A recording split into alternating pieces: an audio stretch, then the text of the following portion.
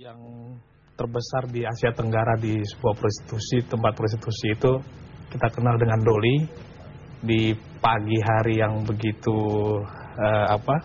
masih pagi buta, digemparkan warga dengan meninggalnya Kolonel Purwanto, Letkol Purwanto dan keluarganya. Oke, kita akan lihat apa yang terjadi persisnya pada malam itu pada tahun 1988. Berangkat, dan memang berangkatnya sudah berlima, ya, bapak, ibu, anak, keponakan, ya, dan menantu, dan alat pembunuh adalah palu. Palu, betul. Palu yang digunakan untuk memukul secara langsung kepada Letkol Purwanto. Setelah Letkol Purwanto ini tewas, banyak orang mengatakan tewas di tempat, walaupun mungkin ada mengatakan sekarat. Kemudian dia sempat keluarga dari Sumiasi ini kemudian menghampiri istri dari Kolonel Letkol Purwanto ini. Yang dalam keadaan hamil. Yang dalam keadaan hamil, sekitar berapa ya, 5 atau 6 bulan, saya lupa waktu itu. 5-6 bulan dibunuh juga. Nah, pada saat yang bersamaan, 2 orang anaknya yang baru pulang, itu juga datang di pintu rumah, langsung dipukul semua. 2 anak dari Letkol Purwanto. Anak itu ada 3. Tapi 1 anak itu kemudian selamat karena pada hari itu dia tidak pulang ke rumah, sedang menginap di rumah keluarganya. Yang sampai sekarang ini menurut banyak orang memang memberikan maaf kepada keluarga Sumiasi, tetapi mengalami trauma yang luar biasa sampai hari ini. Dan ketika akhirnya setelah dibunuh, dimasukkan ke dalam mobil dan dibuang ke jurang dengan seolah-olah ini adalah suatu kecelakaan.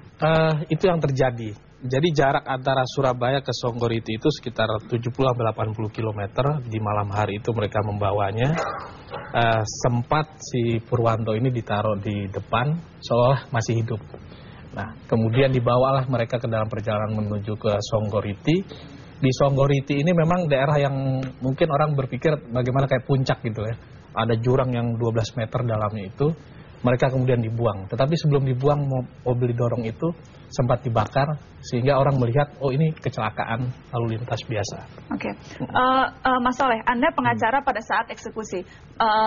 Mendengar, melihat, dan mengetahui betapa sesungguhnya keji perbuatan yang dilakukan oleh para terpidana mati ini, apa yang menjadi dasar Anda mengajukan gerasi? Saya kenal dengan Sugeng itu ya ketika saya sudah di penjara situ, saya berkomunikasi. Yang saya lihat kan sisi kemanusiaan, bahwa konteks pembunuhan itu keji, iya.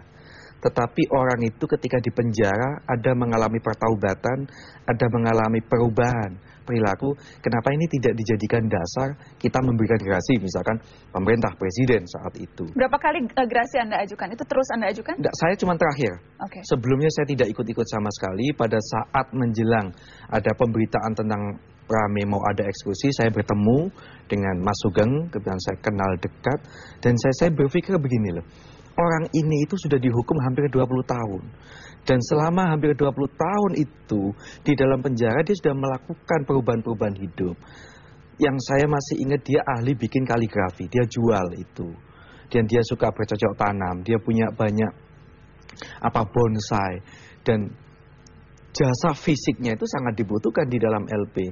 Sehingga pada saat day to day menjelang eksekusi, pihak lapas pun kali sosok Porong itu membuat rekomendasi bahwa dia berperilaku baik dan tenaganya masih dibutuhkan.